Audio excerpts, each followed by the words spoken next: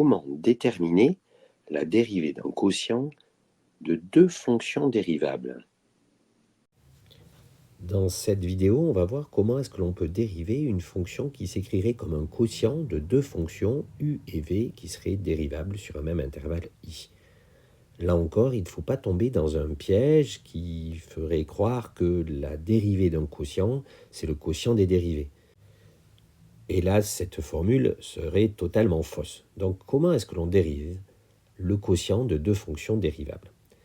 Le théorème nous dit que si u et v sont deux fonctions qui sont dérivables sur un même intervalle i et que la fonction v ne s'annule pas sur cet intervalle i, autrement dit que pour tout x appartenant à i, v de x est différent de 0, alors la fonction qui s'écrirait u sur v est elle aussi dérivable sur ce même intervalle i et la dérivée de u sur v serait égale à u' fois v moins v' fois u sur v au carré. Il nous reste donc à appliquer cette formule après avoir bien vérifié les conditions d'application. On considère la fonction g définie sur R par g de x est égal à 5x moins 3 sur x au carré moins x plus 2. Clairement, cette fonction-là est le quotient de deux fonctions u et v, qui sont deux polynômes. La fonction u serait définie sur R par u de x est égal à 5x moins 3. C'est même une fonction affine, elle est clairement dérivable sur R. La fonction v, qui est définie sur R par v de x est égal à x au carré moins x plus 2, est une fonction polynôme du second degré. Elle est donc dérivable sur R.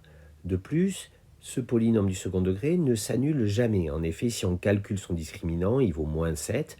Et donc, on sait que ce polynôme du second degré est toujours du signe de a, qui est égal à 1 ici, donc toujours strictement positif.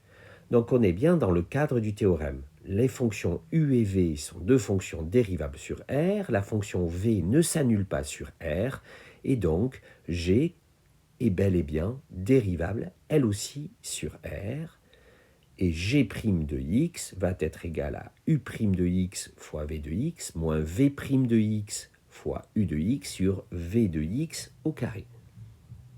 Donc il reste à déterminer ce que vaut u' de x. U' de x c'est 5. Et ce que vaut v' de x, v' de x c'est 2x moins 1. Et donc maintenant on applique la formule pour tout x appartenant à R. G' de x c'est 5 facteur de x au carré moins x plus 2, moins, entre parenthèses, 2x moins 1, facteur de 5x moins 3. Le tout divisé par x au carré moins x plus 2, le tout au carré. On peut développer le numérateur, inutile de développer le dénominateur, puisqu'après, ce qui nous intéressera, ce sera le signe de cette dérivée. Donc le dénominateur, c'est un carré, on sait déjà qu'il est positif. Donc on va développer le numérateur, par contre. Donc ça donne 5x carré moins 5x plus 10, moins, entre parenthèses, 10x au carré moins 6x moins 5x plus 3. Et donc finalement, g' de x est égal à 5x carré moins 10x carré, ça fait moins 5x carré, moins 5x plus 11x, ça fait 6x, plus 10 moins 3, plus 7. Donc, moins 5x carré, plus 6x, plus 7, sur x au carré, moins x, plus 2, le tout au carré. Voilà, on a réussi à dériver une fonction que l'on a décomposée comme un quotient de deux fonctions dérivables sur un même intervalle i. Le tour est joué.